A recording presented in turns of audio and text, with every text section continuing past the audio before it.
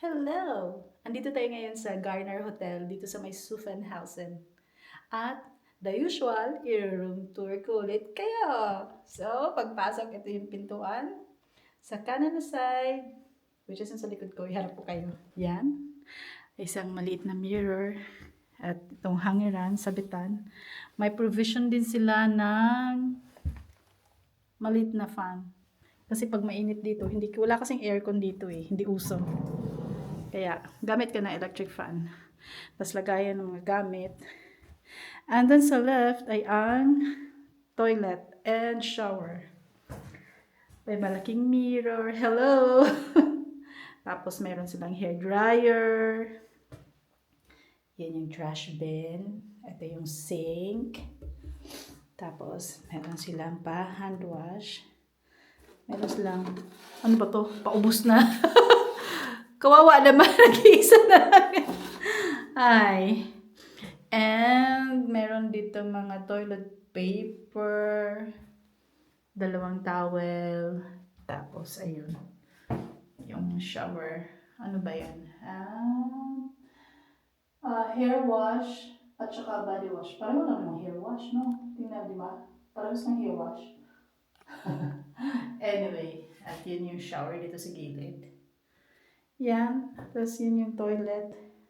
The usual. Walang bidet. Yan. Tapos punta tayo dito. Ayan, meron na sila yung hanging TV. Wall TV. Samsung.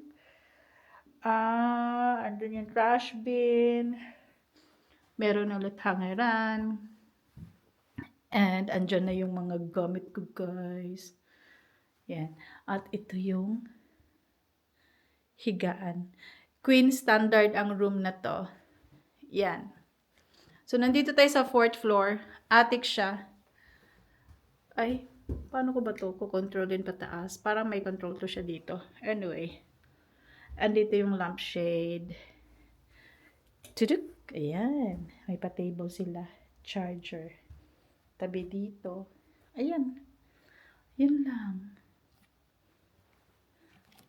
Ayun lang, yun lang yung mapapakita ko sa inyo dito sa Garner Hotel, Zuffenhausen, Queen Standard. Ito yung ano niya, kwarto. Dito sa my 4th floor. That's it! Bye-bye! A few moments later. Hello guys, I'm back again. Nandito tayo sa Garner Hotel, Zuffenhausen. So kanina pinakita ko sa inyo yung room ng Queen Standard. It's particularly room 415. Napakainit sa taas. So, meron silang controller dito, like in my room na ngayon. Hindi ko makontrol yung temperature. Ang sabi sa akin sa baba na centralized daw yon. Tapos, i-open na lang daw yung window. Di ba may provision doon ng electric fan? Kaso yung window, dahil hindi nga ko nga makontrol tong controller na to, hindi siya umaangat. So, I requested na palitan yung room ko. So, nilipat nila ako ngayon dito sa 1st floor.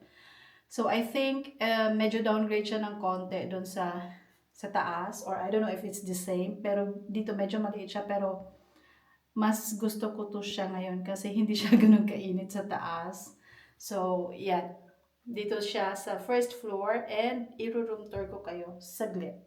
So, itong pinto, pagpasok natin, makikita natin sa kanan ay ang yan, sabitan. At ang opposite naman niya ay ang maliit na toilet. So, kanina, makikita nyo, medyo malawak siya, di ba?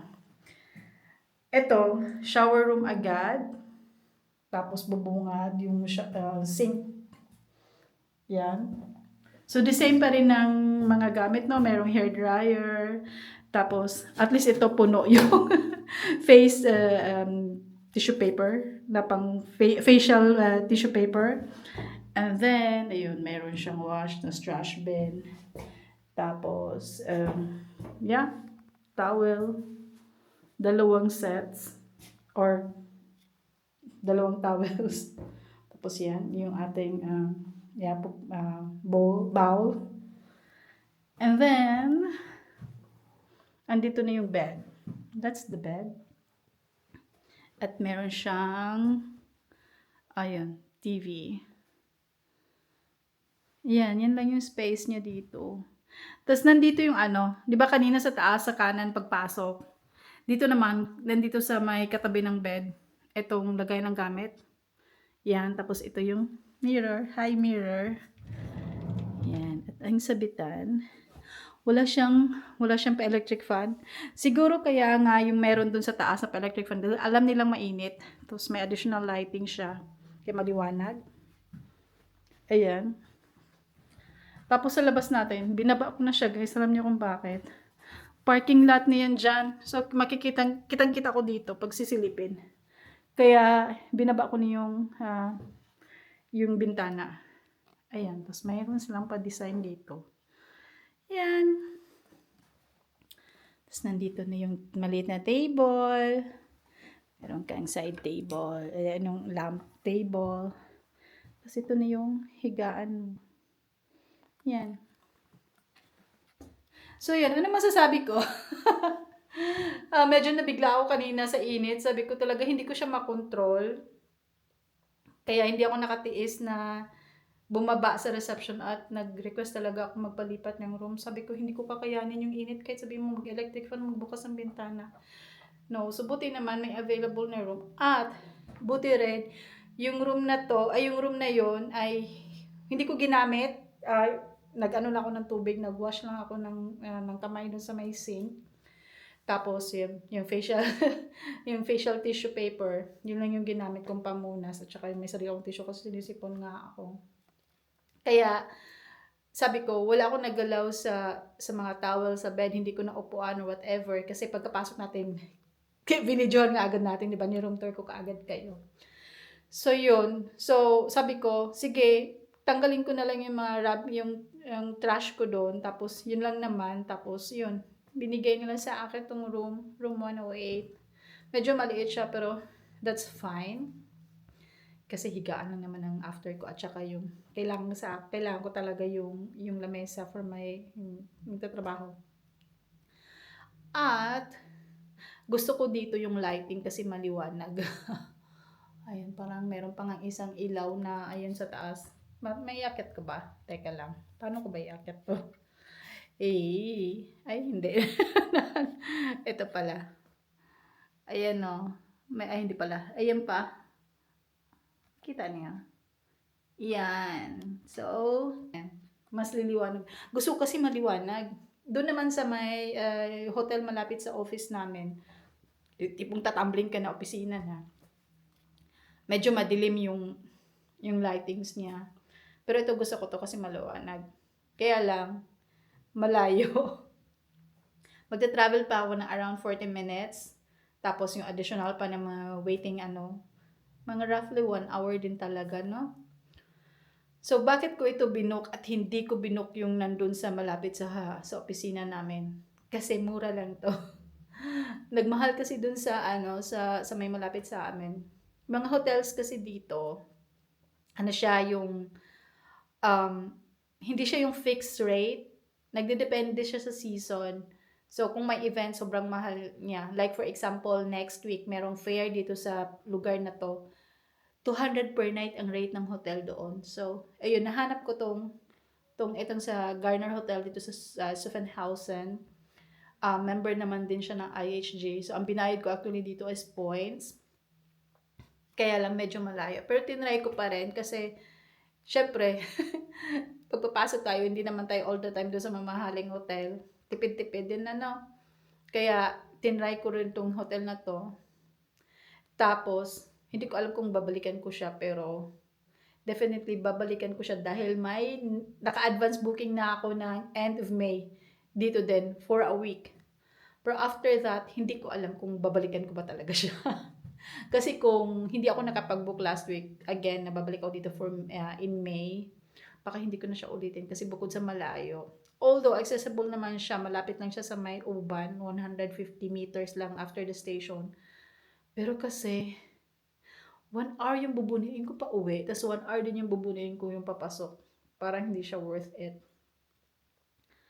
Well, good luck sa akin sa mga susunod na bookings ko ng hotel na sana makahanap ako ng medyo yung affordable na rate.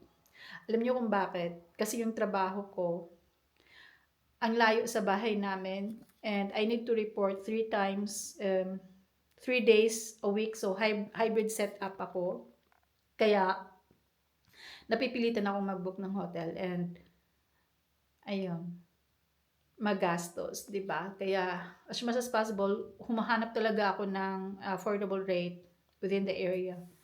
So, akala ko yung 1 hour is ayos siya, okay. Although okay nga, pero parang nakakapagod. Like ngayon, galing ako sa bahay, diretso pasok sa opisina, tapos uwi, tapos 1 hour na papunta sa hotel.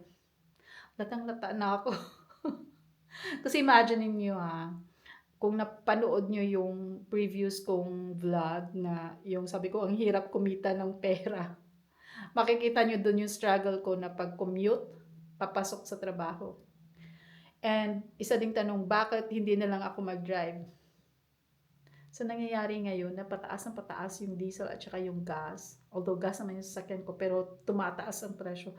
Parang, huwag na lang. Kasi dati kasi yung reason ko, madilim. So, ayoko kasing mag-drive ng madilim. Pero ngayon kasi medyo maliwanag na siya. Nung lumabas ako kanina ng mga 5:30, medyo maliwanag na siya. Sabi ko, siguro mga April, May, or yung pa-summer, magdadrive na lang ako kasi ang nakakapagod yung maghahabol ka ng train and so on.